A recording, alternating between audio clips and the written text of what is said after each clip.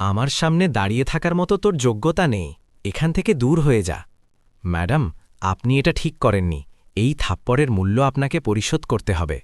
তোর মতো ওয়েটারের হুমকিতে আমি ভয় পাই না, এখান থেকে বেরিয়ে যা, দূর হয়ে যা। বিয়ের বাড়ি সুখের ভাণ্ডার হয়ে ওঠে, কিন্তু মাঝে মাঝে এই হইচইয়ের মাঝেই এমন এক নীরবতা চিৎকার করে ওঠে যা কারো কানে পৌঁছায় না। এক ভাই যে তার বোনের বিদায়ের জন্য নিজের রক্ত ঘাম এক করে ফেলেছে, তাকে সেই মণ্ডপেই অপমানিত করা হয়েছে। একটা থাপ্পড়ের প্রতিধ্বনি শহনাইয়ের সুরকেও ছাপিয়ে গিয়েছে। কিন্তু ভাগ্যের খেলা দেখুন, যেই হাতকে ওয়েটার ভেবে ঝেড়ে ফেলা হয়েছে, সেই হাতকে চুমু খাওয়ার জন্য পরবর্তীকালে পুরো দুনিয়া লালায়িত হয়ে উঠেছে। যখন অহংকার মানুষের চোখে আড়াল বেঁধে দেয়, তখন তার সামনে দাঁড়ানো দেবতাকেও ভিখারি মনে হয়। আজকের এই গল্প সেই অহংকারের ভাঙন এবং এক ভাইয়ের অসীম ত্যাগের কাহিনী, যা আপনার চোখে জল এনে দেবে এবং হৃদয়কে নাড়িয়ে তুলবে। সোনালি কি তার ভুল সংশোধন করতে পারবে, নাকি সবকিছুতে দেরি হয়ে গেছে? এই রহস্য উন্মোচন করতে সাবস্ক্রাইব করুন, ভিডিওটি লাইক করুন এবং কমেন্টে জানান আপনি কখনো কাউকে পোশাক দেখে বিচার করেছেন কিনা। আমি আপনাদের বন্ধু, চলুন শুরু করি এই আবেগপূর্ণ গল্প। ডিসেম্বরের ঠান্ডা রাত ছিল, কিন্তু অমিতের কপালে ঘামের ফোঁটা চকচক করছে। কলকাতার একটা বড় ব্যাঙ্কোয়েট হলে চহল-পহল তার চরম সীমায় ছিল। সব দিকে গাঁদা আর গোলাপের ফুলের সুবাস ছড়িয়ে পড়েছে। সঙ্গীতের সুর হাওয়ায় ভাসছে আর অতিথিদের হাসি ঠাট্টা প্রতিধ্বনিত হচ্ছে। এটা অমিতের ছোট বোন পূজার বিয়ে ছিল। পূজা, যাকে অমিত তার কোলে খেলিয়েছে, যাকে বাবার মৃত্যুর পর সে বাবা হয়ে লালন পালন করেছে। আজ সে পরের বাড়ি যাচ্ছে। অমিতের বয়স মোটামুটি 28 বছর হবে, কিন্তু তার মুখে ক্লান্তি আর দায়িত্বের রেখা তাকে তার বয়সের চেয়ে অনেক বেশি বয়স্ক দেখাচ্ছে। সে গত 3 মাস ধরে ঠিকমতো ঘুমায়নি। কখনো ক্যাটারিংকারীর সঙ্গে তর্ক, কখনো ফুলওয়ালার স্বেচ্ছাচারিতা। অমিত একাই তার শক্তিতে এই সম্পূর্ণ বিয়ে আয়োজন করেছে। তার কোনো বড় দল নেই, না কোনো ম্যানেজার। সে নিজেই ম্যানেজার আর নিজেই শ্রমিক। সে একটা সাধারণ সাদা শার্ট আর কালো প্যান্ট পরেছিল। দিনভর দৌড়াদৌড়ির জন্য তার শার্ট পিছনে ঘামে ভিজে গিয়েছে আর প্যান্টে একটু ধুলো লেগে গিয়েছে। সে তার শেরওয়ানি আর সাফা একটা ব্যাগে রেখে কোণে রেখে দিয়েছে, যাতে যখন বরযাত্রী আসে তাহলে সে তৎক্ষণাৎ প্রস্তুত হয়ে যেতে পারে। কিন্তু এখনও কাজ শেষ কোথায় হয়েছে। কখনো বিদ্যুৎকর্মী জেনারেটরের জন্য চিৎকার করছে, তো কখনো মিষ্টান্নকারক চিনি ফুরিয়ে যাওয়ার অভিযোগ করছে। অমিত সব জায়গায় দৌড়ে দৌড়ে পৌঁছাচ্ছে। তার জন্য এটা শুধু একটা বিয়ে নয়, বরং তার জীবনের সবচেয়ে বড় পরীক্ষা ছিল। সে তার মাকে প্রতিশ্রুতি দিয়েছে যে পূজার বিয়েতে কোনো ত্রুটি হতে দেবে না, চাহে এর জন্য তাকে তার কিডনি বিক্রি করতে হোক না কেন। আর সত্যি অমিত তার সঞ্চিত অর্থ, তার বাইক, এমনকি তার মায়ের অবশিষ্ট কিছু গয়না গিরবি রেখে দিয়েছে, যাতে পূজার সব কিছু পায় যার সে যোগ্য। ওদিকে হলের অন্য অংশে বরের পরিবার অর্থাৎ গুপ্তা খানদানের আগমন হয়ে গেছে। গুপ্তা পরিবার শহরের ধনী লোকদের মধ্যে গণ্য হয়। বর রাহুল একটা খুবই সুস্থির ছেলে ছিল আর পূজাকে অত্যন্ত ভালোবাসে। কিন্তু রাহুলের বড় বোন সোনালি একদম আলাদা ছিল। সোনালি সে, যাকে তার উপাধি, তার অর্থ আর তার ডিজাইনার পোশাকের ওপর এতটা অহংকার ছিল যে তাকে বাকি দুনিয়া কীটপতঙ্গের মতো মনে হয়। সোনালি আজ সভ্যসাচীর ডিজাইনার লেহেঙ্গা পরেছিল, যার দাম শায়দ অমিতের পুরো বছরের উপার্জনের চেয়েও বেশি। তার গলায় হীরের হার ঝলমল করছে ছিল, কিন্তু তার চোখে একটা অদ্ভুত তিক্ততা ছিল। সে হলে ঢোকা মাত্র নাক কুঁচকে উঠল। এটা কি সাজসজ্জা? সোনালি তার বান্ধবীকে বলল। ছি, কতটা সস্তা স্বাদ! ফুলের রঙের সমন্বয় দেখো, এমন লাগছে যেন কোনো সরকারি স্কুলের অনুষ্ঠান। রাহুল কোনো মধ্যবিত্ত পরিবারে বিয়ে করেছে, যার আমাকে তো এখানে শ্বাস নিতেও দমবন্ধ লাগছে। সোনালির বান্ধবীও হ্যাঁ হ্যাঁ মিলালো। সত্যি সোনালি, তোমার মানদণ্ড অনুসারে তো এই জায়গা একদম নয়। পর কি করব, রীতি তো পালন করতে হবে। সোনালি তার দামি ক্লাস সামলে জুস কাউন্টারের দিকে এগোলো। তাকে তৃষ্ণা লাগছে। ওই সময় অমিতও সেখান থেকে যাচ্ছিল। তার হাতে নোংরা বাসনের একটা ক্রেট ছিল, যা একটা ওয়েটার সেখানে ফেলে রেখেছে। অমিত চায় না যে অতিথিরা নোংরা বাসন দেখুক, তাই সে নিজেই সেই ক্রেট তুলে রান্নাঘরের দিকে নিয়ে যাচ্ছিল। সে তাড়াহুড়োয় ছিল, কারণ পুরোহিত তাকে পূজার উপকরণের জন্য ডেকেছে।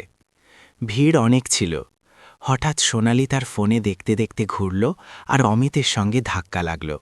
অমিত নিজেকে সামলানোর সম্পূর্ণ চেষ্টা করল, কিন্তু ক্রেটে রাখা একটা চামচ সরে সোনালির লেহেঙ্গার কিনারে পড়ে গেল।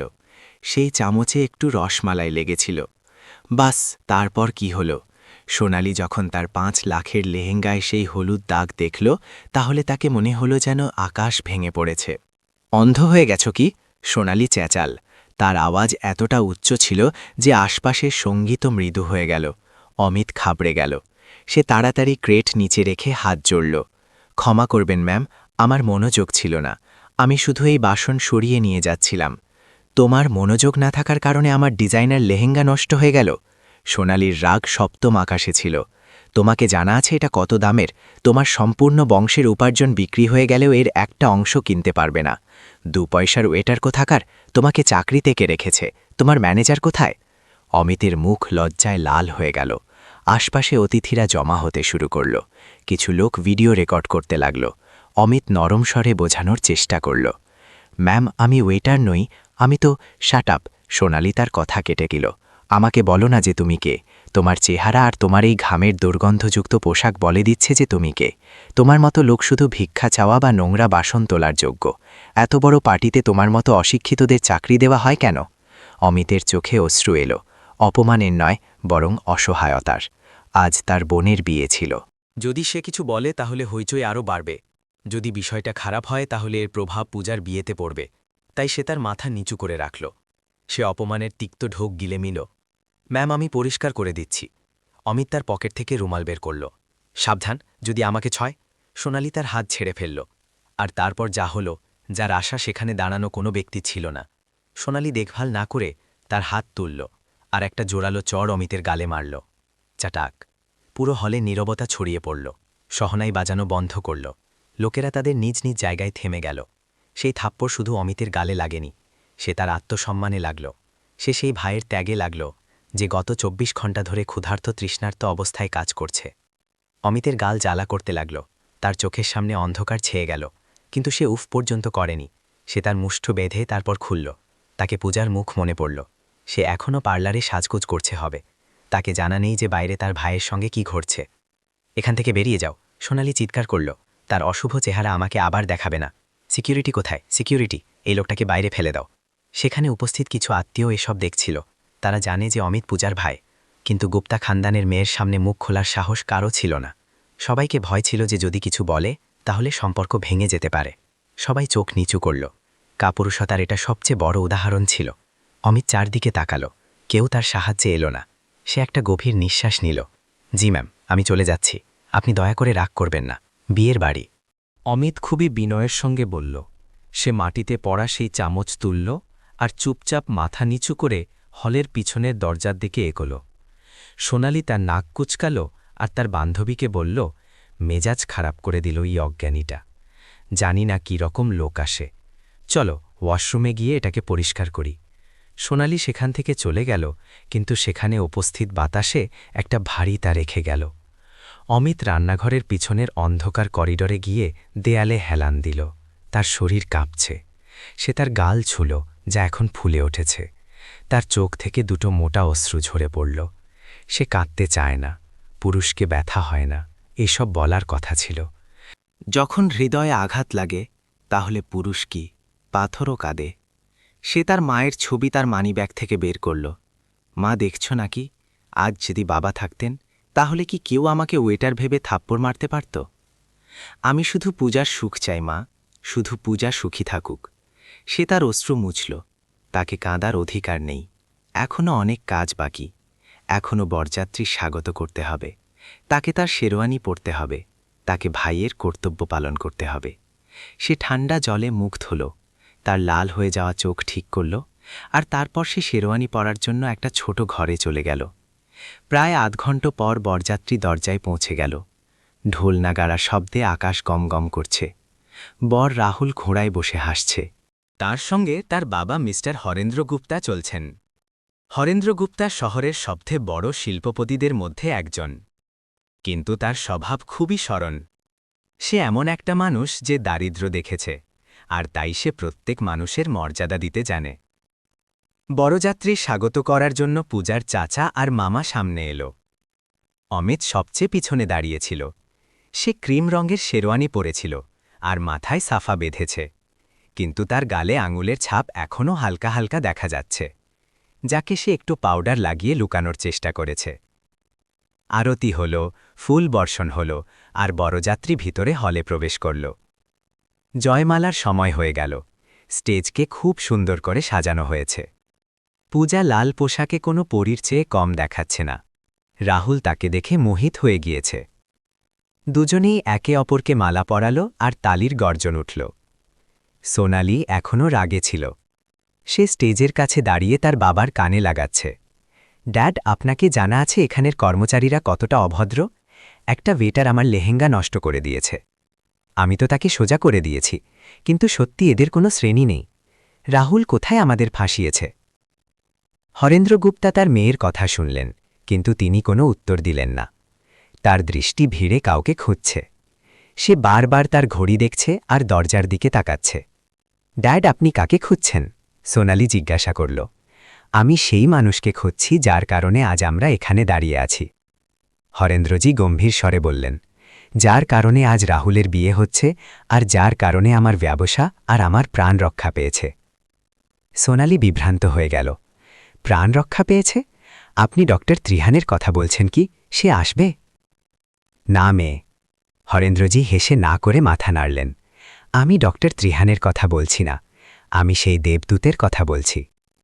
তাহলে পুরোহিত কন্যাদানের জন্য কনের ভাইকে ডাকলেন। কন্যাদানের জন্য ভাইকে আসতে হবে, পুরোহিত মাইকে বললেন। অমিত যে একটা খুঁটির পিছনে দাঁড়িয়ে অতিথিদের খাবারের ব্যবস্থা দেখছে, দ্বিধায় সামনে এগোল। তাকে ভয় ছিল যে কোথায় সোনালি তাকে আবার দেখে হইচই না বাধায়। সে ধীরে ধীরে স্টেজের সিঁড়ি উঠতে লাগল। যেমন অমিত স্টেজের আলোয় এলো, সোনালির চোখ ফেটে যাওয়ার মতো হয়ে গেল। এ বেটার এখানে কি করছে? সোনালি উচ্চস্বরে চেঁচাল। সে মাইক ছোঁয়ার চেষ্টা করল। তোমার সাহস কেমন করে হলো স্টেজে ওঠার? সিকিউরিটি, আমি বলেছিলাম না এটাকে বাইরে বার করো? এই লোকটা এখানে চুরি করতে এসেছে। A better. পুরো হল আবার নীরব হয়ে গেল। রাহুল তার বোনকে থামানোর চেষ্টা করল। দিদি, কি করছো? শান্ত হও। না রাহুল, তুমি চুপ করো। সোনালির পাগলামি মাথায় চড়ে কথা বলছে। তুমি জানো না এ আমার সঙ্গে কি করেছে? এ আমার পোশাক নষ্ট করেছে, আর এখনই নির্লজ্জের মতো স্টেজে এসেছে। এখান থেকে বেরোয়। সোনালি অমিতকে ধাক্কা মারার জন্য হাত বাড়াল। অমিত তার চোখ বন্ধ করল। তাকে মনে হলো আজ তার মর্যাদার শবযাত্রা বেরোবে। কিন্তু এর আগে যে সোনালির হাত অমিত পর্যন্ত পৌঁছায়, একটা ভারী আর কঠোর স্বর তাকে থামাল। সোনালি, এ স্বর হরেন্দ্র গুপ্তার ছিল। সে তার চেয়ার থেকে উঠে দাঁড়িয়েছে। তার মুখ রাগে লাল নয়, বরং একটা অদ্ভুত ভয় আর লজ্জায় ভরা ছিল। সে দ্রুত স্টেজের দিকে এগোল। ড্যাড, দেখুন না এই ওয়েটার ক্যাপ, সোনালি অভিযোগ করল। চুপ করো। হরেন্দ্রজি এতটা জোরে ধমকালেন যে সোনালি ভয় পেয়ে গেল। একটা শব্দ আর না। হরেন্দ্রজি অমিতের কাছে পৌঁছালেন। অমিত তার দৃষ্টি নিচু করে দাঁড়িয়েছিল। তাকে মনে হল যে এখন বরের বাবাও তাকে ধমকাবেন, হয়তো বিয়ে ভেঙে দেবেন। সে হাত জোড়ার জন্য তার হাত তুলল। স্যার, আমার ভুল, আমি কিন্তু... অমিত তার কথা সম্পূর্ণ করতে পারল না। তার আগেই হরেন্দ্রগুপ্তা যা করলেন তা দেখে সেখানে উপস্থিত প্রত্যেক মানুষের নিঃশ্বাস থেমে গেল। হরেন্দ্রগুপ্তা শহরের সবচেয়ে ধনী লোক হাঁটু গেড়ে অমিতের পা ধরে নিলেন। সোনালির হাত থেকে তার দামি ফোন ছিটকে পড়ে গেল। রাহুল, পূজা, আত্মীয়, ওয়েটার সবাই পাথরের মূর্তি হয়ে গেল। কি ঘটছে? একটা অরবপতি একটা সাধারণ ছেলের পায়ে কেন পড়ে আছে? স্যার, স্যার, এ আপনি কি করছেন? অমিত ঘাবড়ে গেল। সে তাড়াতাড়ি হরেন্দ্রজিকে ওঠানোর চেষ্টা করল। আপনি আমার বাবা সমান, দয়া করে আমাকে পাপ দেবেন না, উঠুন স্যার। হরেন্দ্রজির চোখে অশ্রু ছিল। সে উঠলেন, আর তিনি অমিতকে জড়িয়ে ধরলেন। বাবা, আমাকে ক্ষমা করে দাও। আমাকে জানা ছিল না যে তুমি সেই। আমাকে একদম ধারণা ছিল না। অমিত বিস্মিত ছিল, তাকে কিছু বুঝতে পারছে না। সোনালির মন স্তব্ধ হয়ে গেছে। সে কাঁপা স্বরে জিজ্ঞাসা করল, ড্যাড, আপনি এই ওয়েটারের পা কেন ছুলেন? এ পাগলামি। হরেন্দ্রজি সোনালির দিকে তাকালেন। তার চোখে এখন রাগ ছিল। ওয়েটার? যাকে তুমি ওয়েটার বলছো সোনালি, যদি এ না হতো তাহলে আজ তুমি আর আমি রাস্তায় ভিক্ষা করছি। যদি এ না হতো তাহলে রাহুল আজ জীবিত নেই। কি অর্থ? সোনালির স্বর কাঁপল। হরেন্দ্রজি মাইক হাতে নিলেন। তার স্বর ভারী হয়েছিল। আপনারা সবাই আমাকে একটা সফল ব্যবসায়ী মনে করেন। আপনাদের সবাইকে মনে হয় যে গুপ্তা গ্রুপ সবসময় এত বড় ছিল, কিন্তু এ সত্য নয়। 3 বছর আগে আমার ব্যবসা সম্পূর্ণ ডুবে গিয়েছে। আমি দেউলিয়া হয়ে গিয়েছি। আমার ওপর কোটি কোটি ঋণ ছিল। আমার বাড়ি, আমার গাড়ি সব নিলাম হওয়ার ছিল। ওই সময় আমাকে হার্ট অ্যাটাক হয়েছে। ডাক্তাররা বলেছে যে আমার কাছে শুধু 24 ঘন্টা আর অপারেশনের জন্য 50 লাখ দরকার। আমাদের কাছে একটা পয়সাও ছিল না। হলে পিন ড্রপ সাইলেন্স ছিল। সবাই জানে যে হরেন্দ্রজি অসুস্থ হয়েছিলেন, কিন্তু এতটা খারাপ অবস্থা ছিল এ কেউ জানে না। হরেন্দ্রজি অমিতের কাঁধে হাত রাখলেন। তাহলে একটা অজানা লোক আমার অ্যাকাউন্টে কোটি টাকা স্থানান্তর করেছে। শুধু অপারেশনের জন্য নয়, হরেন্দ্রজি অসুস্থ হয়েছে। আজ কোটি টাকা বরং আমার ব্যবসা আবার দাঁড় করানোর জন্য। সে তার নাম গোপন রেখেছে। সে কখনো সামনে এসে উপকারের দাবি করেনি। গত 3 বছর ধরে আমি সেই দেবদূতকে খুঁজছি। আমি শুধু সেই ট্রাস্টের নাম জানি, পূজা ফাউন্ডেশন। হরেন্দ্রজি তার পকেট থেকে একটা পুরনো খাম বের করলেন। আজ যখন আমি এখানে এসেছি, তাহলে আমি দেখেছি যে বিয়ের কার্ডে লেখা স্বাগতকর্তা Amit, trustee of Puja foundation. আমি এখন আমার উকিল থেকে নিশ্চিত করেছি এ সেই অমিত। তিনি অমিতের দিকে তাকালেন। বাবা, আমি অনুসন্ধান করিয়েছি। তুমি তোমার পিতৃপুরুষীয় জমি বিক্রি করেছ। তুমি তোমার ভিত্তির টাকা দিয়েছ। তুমি তোমার নিজের জীবন ঝুঁকিতে ফেলে দিয়েছ একটা অজানা লোককে বাঁচানোর জন্য। কেন? অমিতের চোখ থেকে অশ্রু ঝরে পড়ল। সে মাইকের কাছে গিয়ে আসতে বলল, কাকু, সেই দিন আমি হাসপাতালে আমার মায়ের দেহ নিতে এসেছি। আমার কাছে মায়ের চিকিৎসার জন্য টাকা ছিল না, তাই সে আমাকে ছেড়ে চলে গেছে। সেখানে কাছের বিছানায় আপনি শুয়েছিলেন। আপনার অবস্থা দেখে আমাকে মনে হল যে যদি আমি কিছু না করি, তাহলে আরেকটা পরিবার ছিন্ন ভিন্ন হয়ে যাবে, আরেকটা ছেলে অনাথ হয়ে যাবে। আমার কাছে গ্রামের জমির কাগজপত্র ছিল, যা দাদু আমার নাম করে গিয়েছে। আমি সেসব বিক্রি করে দিয়েছি। মনে হল যে টাকা তো আবার উপার্জন করব, কিন্তু কারো বাবা ফিরে আসবে না। অমিতের সরলতা আর ত্যাগের গল্প শুনে পাথর হৃদয়ের মানুষও গলে যাবে। রাহুল দৌড়ে এসে অমিতের গলা জড়িয়ে কাঁদতে লাগল। অমিত ভাই, আপনি আমাদের নতুন জীবন দিয়েছ, আর আমরা আপনাকে কি দিয়েছি? আমার বোন আপনাকে থাপ্পড় মেরেছে। আমাকে ক্ষমা করে দাও ভাই। সোনালি এখনও তার জায়গায় দাঁড়িয়েছিল, কিন্তু এখন তার অহংকার খান খান হয়ে গেছে। তাকে সেই মুহূর্ত মনে পড়ছে যখন সে অমিতকে 2 পয়সার বলেছে।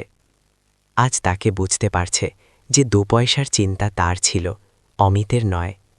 সে ছেলে যে তার সম্পূর্ণ সম্পত্তি একটা অচেনা লোকের জন্য লুটিয়ে দিয়েছে, আর নিজে একটা ওয়েটারের মতো কাজ করে গিয়েছে, যাতে তার বোনের বিয়েতে কোনো ত্রুটি না হয়। এমন সাহস কোনো রাজারও নেই। সোনালির পা কাঁপতে লাগল। সে ধীরে ধীরে অমিতের দিকে এগোল। তার ডিজাইনার লেহেঙ্গা এখন তাকে ভারী মনে হচ্ছে। তার গয়না তাকে বিঁধছে। সে অমিতের সামনে এলো। অমিত তার দৃষ্টি নিচু করে রাখল। আমাকে ক্ষমা করুন। সোনালি ফুপিয়ে কাঁদতে লাগল। সে সেখানে স্টেজে অমিতের পায়ে পড়ে গেল। আমি খুব খারাপ। আমি অন্ধ হয়ে গিয়েছি। আমি পোশাক দেখেছি, মানুষকে নয়। আমি আপনাকে ওয়েটার ভেবেছি, কিন্তু আপনি তো দেবতা প্রমাণিত হলেন।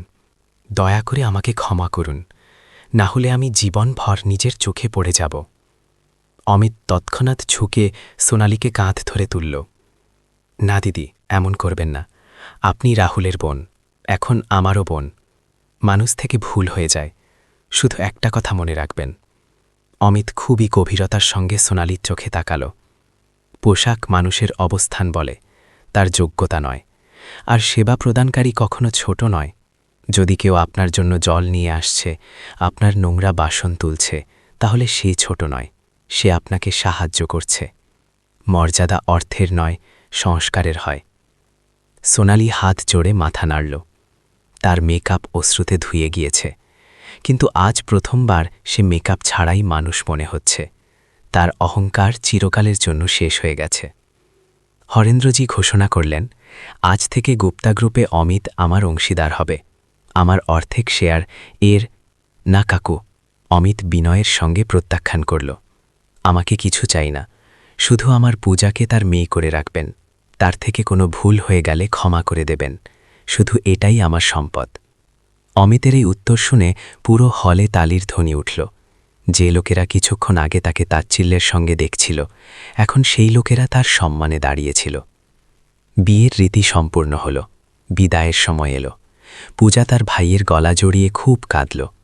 ভাইয়া, আপনি আমার জন্য কী সব না করেছেন, আর আপনাকে বিনিময়ে শুধু অপমান মিলেছে। অমিত তার অশ্রু মুছল। পাগলি, ভাইয়ের অপমান কেমন, আর দেখ আজ আমাকে কতটা সম্মান মিলেছে। তোর ভাইকে আজ দুনিয়া চিনেছে, তুই শুধু সুখী থাক। যখন ডলি উঠল তো সোনালি সবচেয়ে সামনে এগিয়ে ডলিকে কাঁধ দেওয়ার রীতি পালন করল, যা সাধারণত ভাই করে। সে অমিতকে বলল, ভাইয়া, আজ থেকে আমিও পূজার বড় বোন। এর চোখে অশ্রু আসার আগে তাকে আমার থেকে পার হতে হবে। অমিত হাসল। তার পরিশ্রম সফল হয়েছে। তার গালে লাগা থাপ্পড়ের ছাপ এখনও ছিল, কিন্তু হৃদয়ে লাগা ক্ষত সারিয়ে গিয়েছে। বন্ধুরা, এ গল্প আমাদের শেখায় যে কখনো কাউকে তার কাজ বা তার পোশাক দেখে বিচার করতে নেই। কে জানে যে মানুষকে আপনি ধাক্কা মারছেন সেই কাল আপনার প্রাণ বাঁচানো দেবদূত হয়ে উঠবে। সময়ের চাকা ঘোরে, যে আজ উচ্চতায় আছে সে কাল নিচে আসতে পারে, আর যে নিচে আছে সে হৃদয়ে রাজত্ব করতে পারে। অমিত প্রমাণ করেছে যে ধনী সে নয় যার কাছে সবচেয়ে বেশি অর্থ, ধনী সে যার হৃদয় সবচেয়ে বড়। আপনাকে অমিতের চরিত্র কেমন লাগলো? আর যদি আপনি সোনালির জায়গায় থাকতেন তো কি করতেন? নিচে কমেন্টে অবশ্যই বলুন। আমি প্রত্যেক কমেন্ট পড়ি। যদি এ গল্প আপনার চোখেও আর্দ্রতা এনেছে তো এটাকে তার পরিবার আর বন্ধুদের সঙ্গে শেয়ার অবশ্যই করুন। ভালোতা বিতরণ করলে বাড়ে। আমি আপনাদের সঙ্গে দেখা করব পরের ভিডিওতে আর একটা হৃদয়স্পর্শী গল্প নিয়ে। ততক্ষণ নিজের যত্ন নিন আর অন্যদের মর্যাদা দিতে ভুলবেন না।